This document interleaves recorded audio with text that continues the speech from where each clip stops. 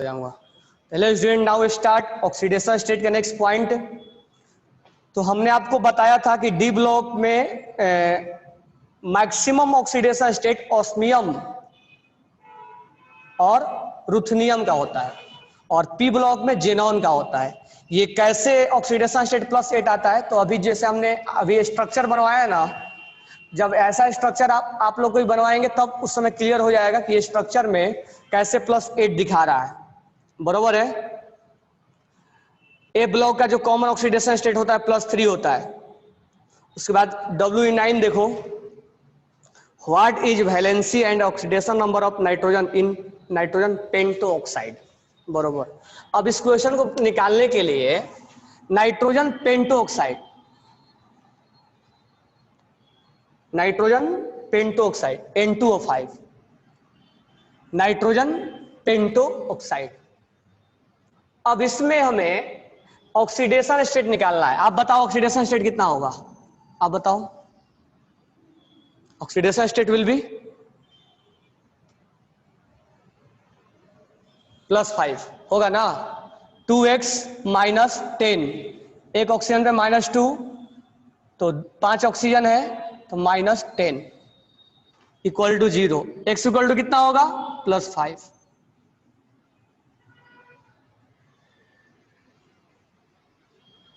अब यहां पर नाइट्रोजन पे ऑक्सीडेशन स्टेट कितना हो जाएगा?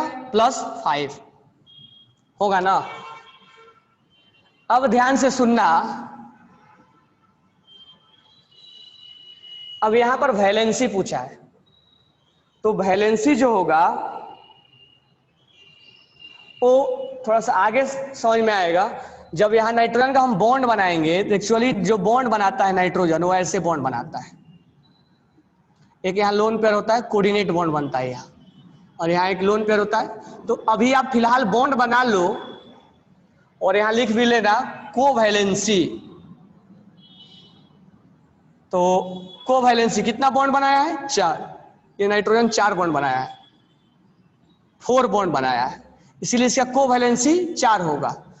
और इसीलिए इसका maximum valency, maximum valency, maximum valency 4 होगा।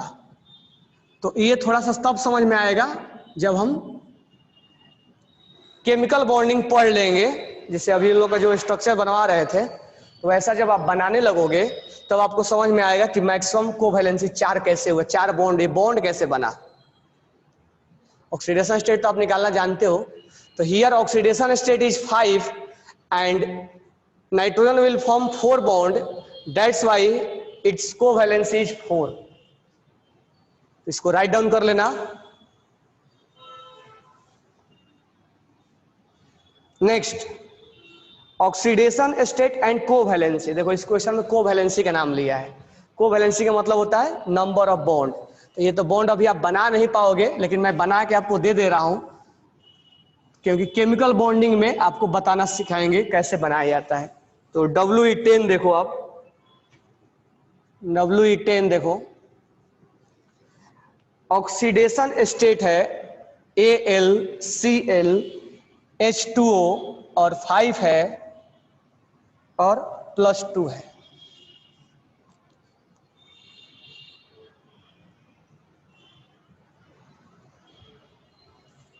अब यहां पर ऑक्सीडेशन स्टेट निकालना है।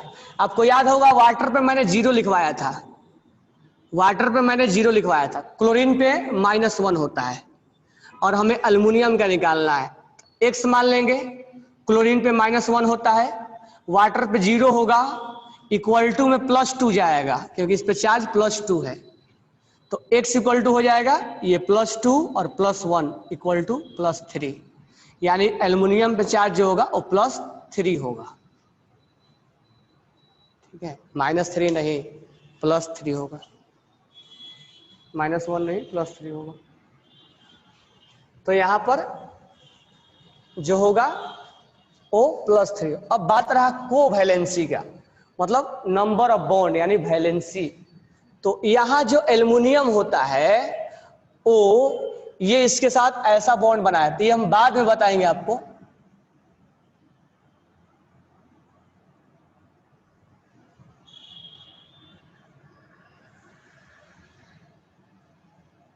ये यहां कोऑर्डिनेट बॉन्ड बनाता है। 5 वाटर है,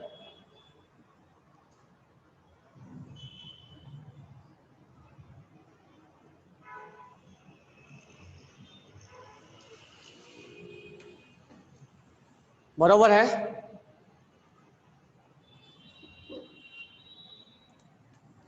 तो कितना बॉन्ड बना, तो अभी बॉन्ड बनाना तो आप नहीं जानोगे, तो आप काउंट तो कर सकते हैं। 1 2 3 4 5 6, इसीलिए कोवैलेंसी 6 है। कोवैलेंसी मतलब नंबर ऑफ बॉन्ड, इसलिए कोवैलेंसी इसका 6 यानी वैलेंसी 6 होगा।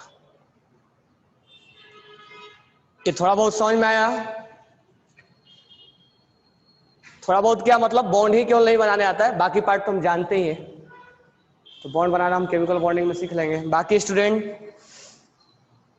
केवल शशांक ने बोला यस, बाकी Gayatri,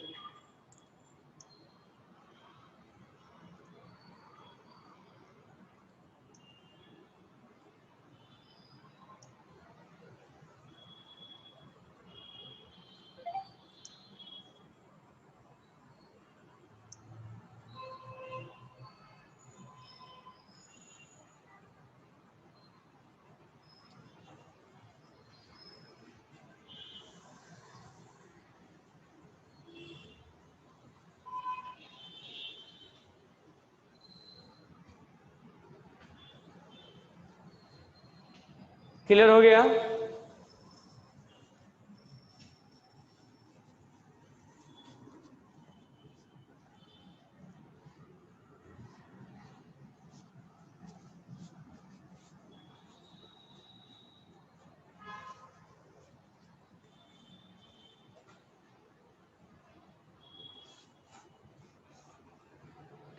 next, electropositive nature. Write down heading, electropositive nature. Electropositive nature, electropositive nature, EP,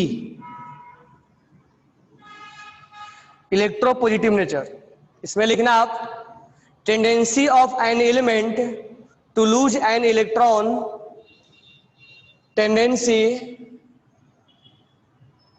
tendency of an element to lose an electron, tendency of an element to lose an electron is called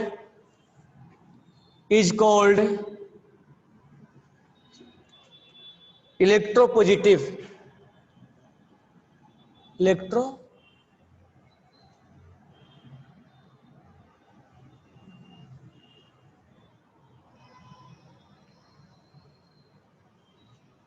electropositive. ठीक है, it is converse of electronegative, it is the, just उसका उल्टा होता है, converse of electronegative, electro,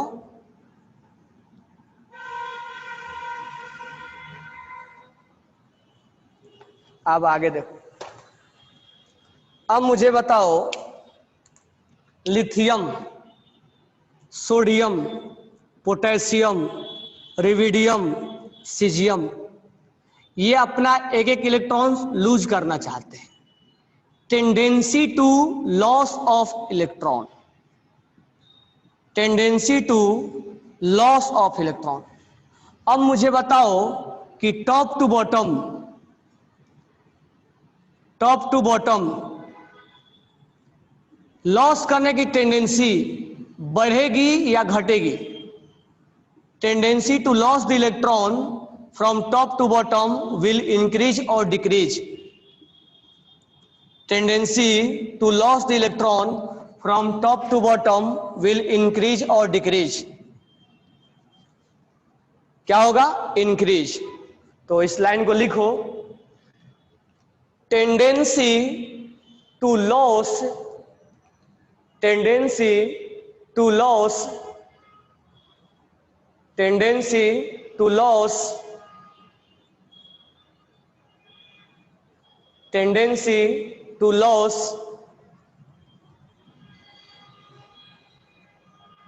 tendency to loss of electron will increase,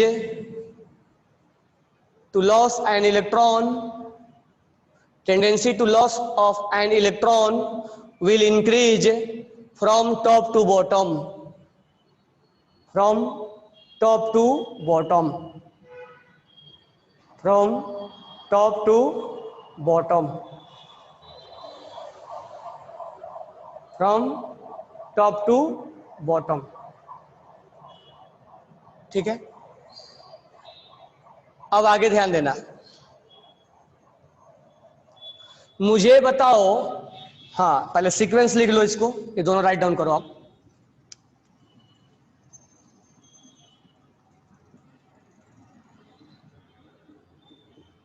दोनों sequence लिखना आप।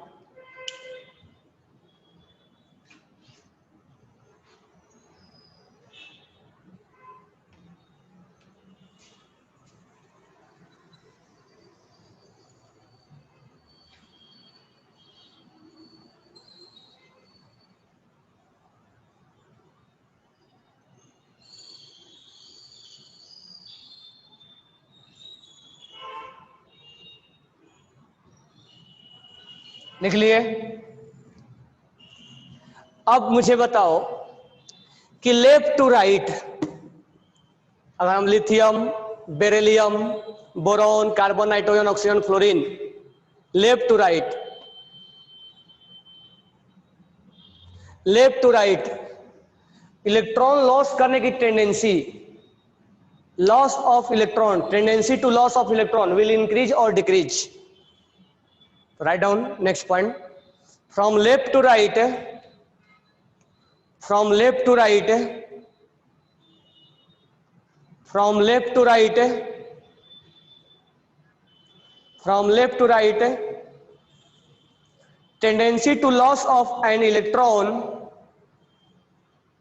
tendency to loss of an electron will decrease, tendency to loss of an electron will decrease, tendency to loss of an electron will decrease।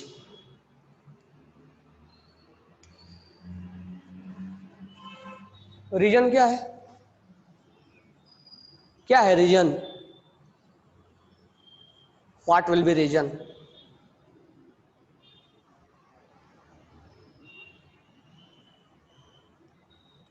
Electron lose करने से non metallic क्या लेना देना है? Reason बताओ। साइज कम हो रहा है ना, साइज कम हो रहा है तो कोई चीज गेन करना चाहेगा ना, लॉस करना चाहेगा। तो लिख लो, left to right size will decrease, नीचे लिखो reason, left to right size will decrease, left to right size will decrease, size will decrease, size will decrease. या ये भी बोल सकते हैं कि Z effective, Z effective will increase, कोई भी बोल सकते हैं हम। या ये भी बोल सकते हैं कि force of attraction will increase, Z effective मतलब force of attraction will increase. तो वो इलेक्ट्रॉन्स लूज नहीं करना चाहता है, that's why it cannot lose their electron. तो लेफ्ट टू राइट जो है वो साइज डिक्रीज हो रहा है, जेड इफेक्टिव बढ़ रहा है, फोर्स ऑफ अट्रैक्शन बढ़ रहा है, इसके वजह से वो इलेक्ट्रॉन लूज नहीं करना चाहता है।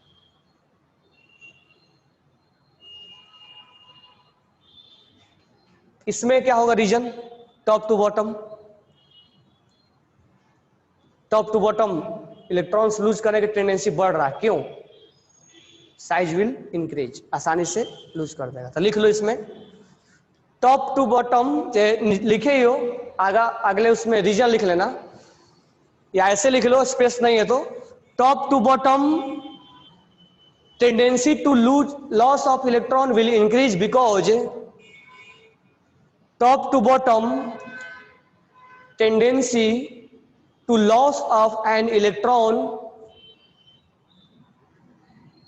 Tendency to loss of an electron from top to bottom will increase. Tendency to loss of electron from top to bottom will increase. Will increase.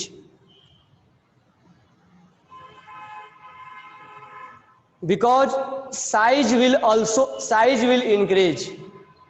Because size will increase. Because size will increase. That's why bottom elements lose their electron easily. That's why bottom element lose their electron easily. अच्छा, थोड़ा सा हम इसको connect करते हैं ionisation energy से। मुझे बताओ आयोनाइजेशन एनर्जी, कुछ आयोनाइजेशन एनर्जी में और इलेक्ट्रोपॉजिटिव में कोई बताओ मेरे को डिफरेंस क्या है? What is difference between electropositive और आयोनाइजेशन इंथैल्पी? आयोनाइजेशन इंथैल्पी में इसमें डिफरेंस क्या है? कोई मेरे को बताओ। लूज कर रहा है, आयोनाइजेशन एनर्जी में लूज की बातें क्या करते हैं? इलेक्ट्रॉन गेन एंथैल्पी में और इलेक्ट्रोनेगेटिविटी में डिफरेंस क्या है? और इसमें ionization energy required to remove electron, अच्छा तो इसमें क्या डिफरेंस? इसमें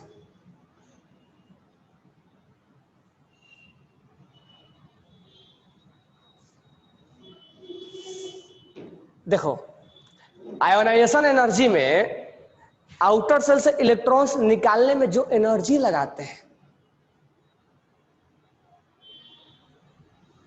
इस मान लो ऐसे नॉर्मल डेली लाइफ में एग्जाम्पल समझो, हमारा खाने का मन हो रहा है, अब खाना खाएंगे तो एनर्जी लगेगा ना, तो जब खाना खाने के दौरान जो एनर्जी लगेगा उस एनर्जी का नाम देंगे आयोनाइजेशन एनर्जी। और अभी मन कर रहा है, हमारा टेंडेंसी करने में कर नहीं दिया है, टेंडेंसी है, लूज करने की टेंडेंसी दिखा रहा है, हम लूज करना चाहते हैं, किया नहीं है। आयोनाइजेशन एनर्जी में एनर्जी के बारे में बात करते हैं कि इलेक्ट्रॉन्स निकालने में कितना एनर्जी लगा। जैसे हमारा क्लास में तुम बैठे हो तो सर का मन कर रहा है तुम्हें निकाल के बाहर कर दे, मन कर रहा है, कर नहीं रहे, अगर उनको करना होगा तुम पकड़ के बाहर करना पड़ेगा, तो उनको एनर्जी लगाना पड़ेगा। मतलब एग्जाम्पल बता रहा हूं, अब मन कर रहा है तो मन करना होगा टेंडेंसी।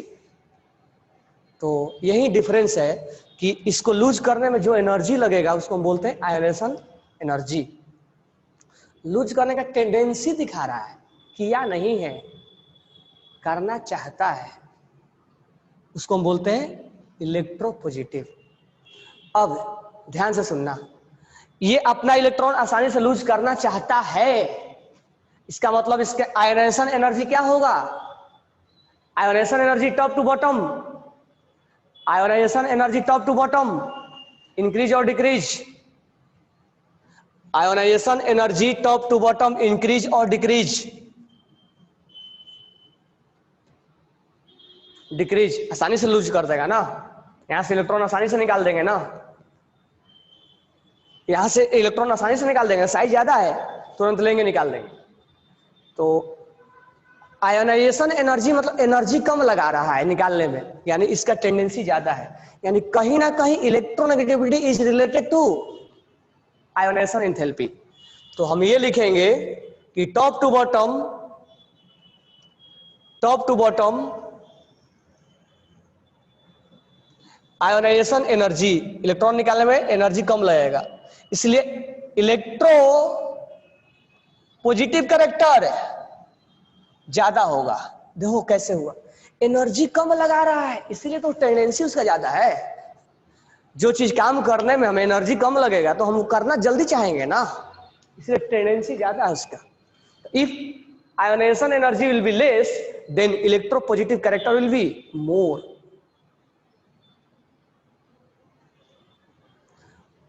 वो बीच में एक्सेप्शन आता है आयोनाइजेशन एनर्जी का, बीच में नाइट्रोजन, तो नाइट्रोजन ऐसे भी इलेक्ट्रो पॉजिटिव कैरेक्टर का होता नहीं है, इसलिए हम ज्यादा बातें करते हैं इस ब्लॉक का।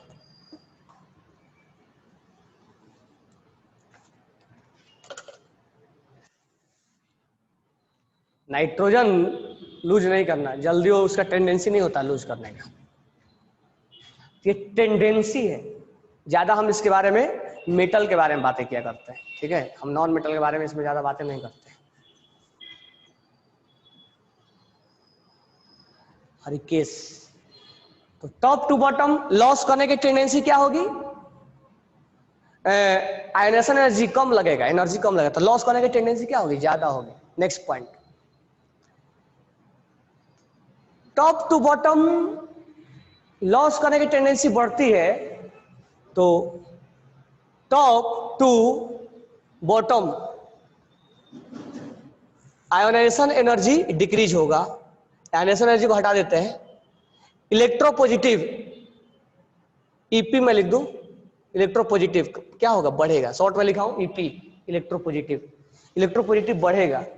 और जब ऐसा इलेक्ट्रोपॉजिटिव बढ़ता है तो हम बोलते हैं मेटालिक कैरेक्टर बढ़ता है, मेटालिक कैरेक्टर विल इंक्रीज, यानी लॉस करने की टेंडेंसी बढ़ती है तो मेटालिक कैरेक्टर भी बढ़ता है।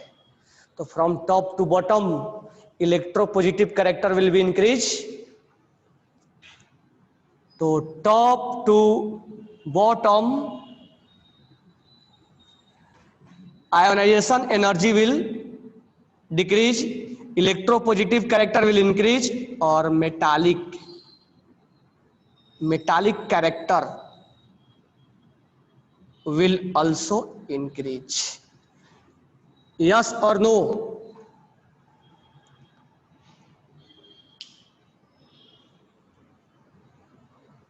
Okay, write down कर लो आप।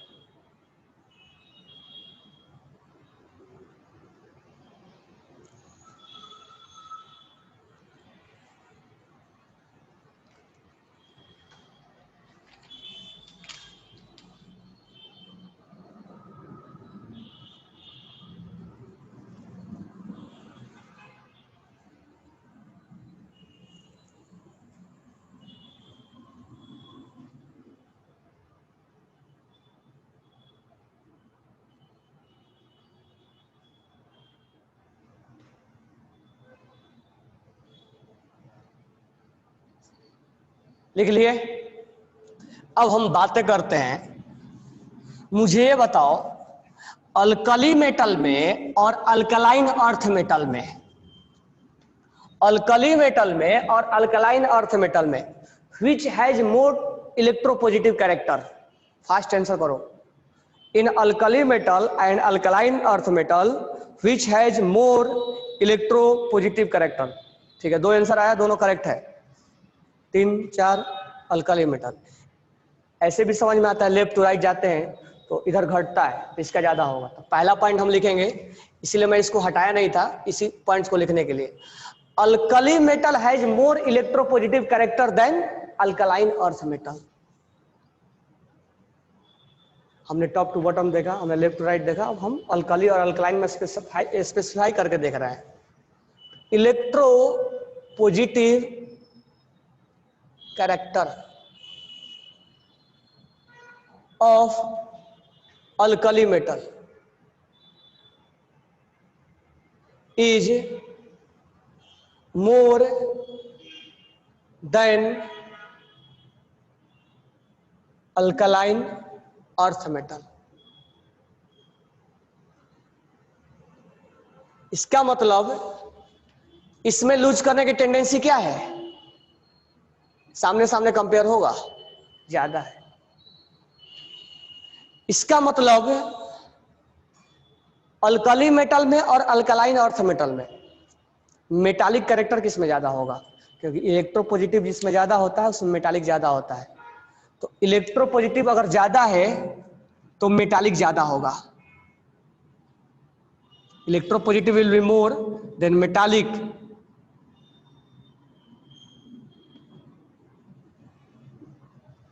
Character will be more.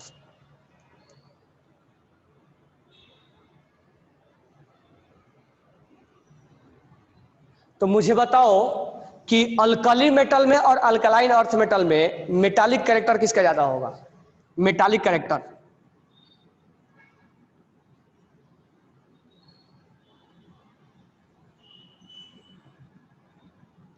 Alkali metal का ज्यादा होगा या अल्कलाइन का ज्यादा होगा?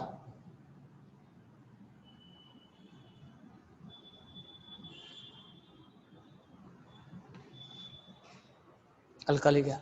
अब मुझे बताओ मेटल का जो ऑक्साइड होते हैं वो किस नेचर के होते हैं, मेटल के ऑक्साइड किस नेचर के होते हैं, बेसिक नेचर। अब ध्यान से सुनना, क्या सुनोगे, यहां मैं लिख रहा हूं top to bottom, top to bottom electropositive character will be increase, ionization energy enthalpy will be decrease, metallic metallic character will be increase, hence basic nature of oxide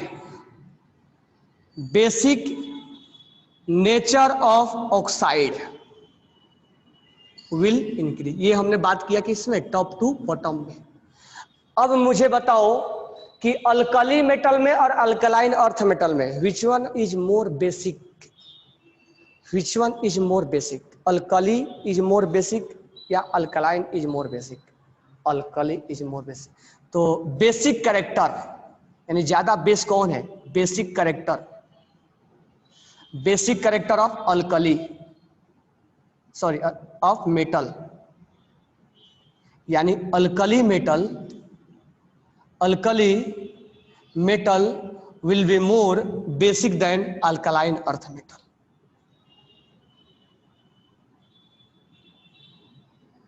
yes और नो? तो टॉप टू बॉटम लूज करने की tendency बढ़ेगी, यानी electron आसानी से निकल जाएगा, मेटालिक कैरेक्टर ज्यादा होगा, बेसिक नेचर ज्यादा होगा। अल्कली और अल्कलाइन में मेटालिक कैरेक्टर अल्कली का ज्यादा होता है, बेसिक कैरेक्टर अल्कली का ज्यादा होता है। Alkali metal is more electropositive character than alkaline earth metal.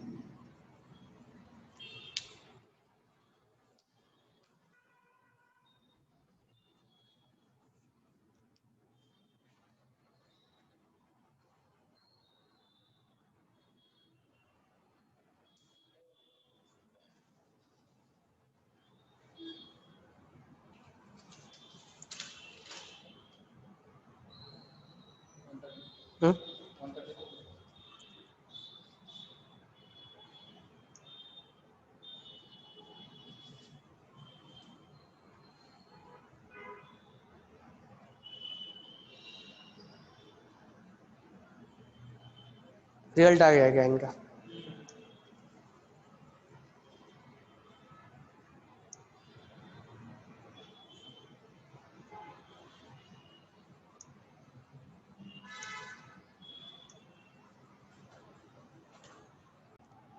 हम यहां देख रहे हैं डायगोनल रिलेशनशिप।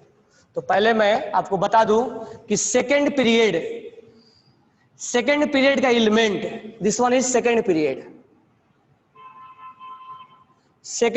का एलिमेंट थर्ड पीरियड के एलिमेंट के डायगोनल पे जो है उसके साथ कुछ प्रॉपर्टीज मैच करता है। जैसे हम लिखेंगे कि लिथियम हैज डायगोनल, जो कि डायगोनल पोजीशन पे है, diagonal relation with Mg। Lithium has diagonal relation with Mg, diagonal relationship with Mg। Beryllium has second period has diagonal relationship with aluminium, beryllium has diagonal relationship with aluminium. कौन कौन से properties match करते हैं वो हम बात करेंगे। Boron with diagonal relationship with silicon, हम इतना ही देखते हैं, इतना ही का प्रॉपर्टीज मैच करता है। तो सेकेंड पीरियड का एलिमेंट का कुछ प्रॉपर्टीज थर्ड पीरियड के एलिमेंट से मैच करता है जो उसके डायगोनल पोजीशन पे सिचुएटेड होता है। तो हम लिखेंगे some properties of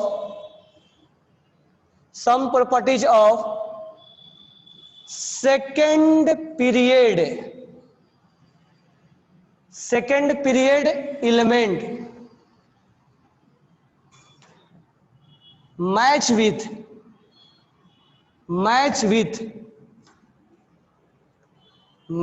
with third period of element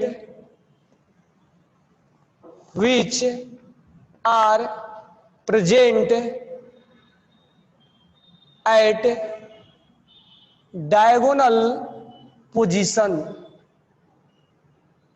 which are present at diagonal position। लेकिन सब आगे नहीं हम बढ़ेंगे, इतना ही लेंगे, ऐसा सर्च करके देखा गया।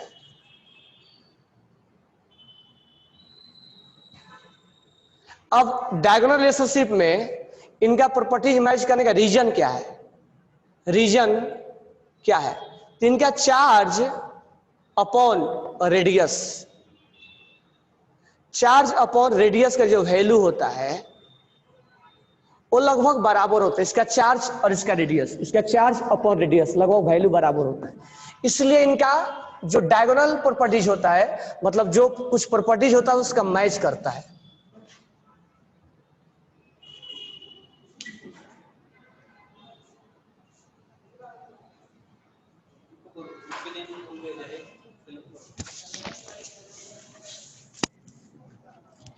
बैच 3-4 कौन सा बैच? ये 3 बैच 3 स्टूडेंट्स आवाज येतोय ना?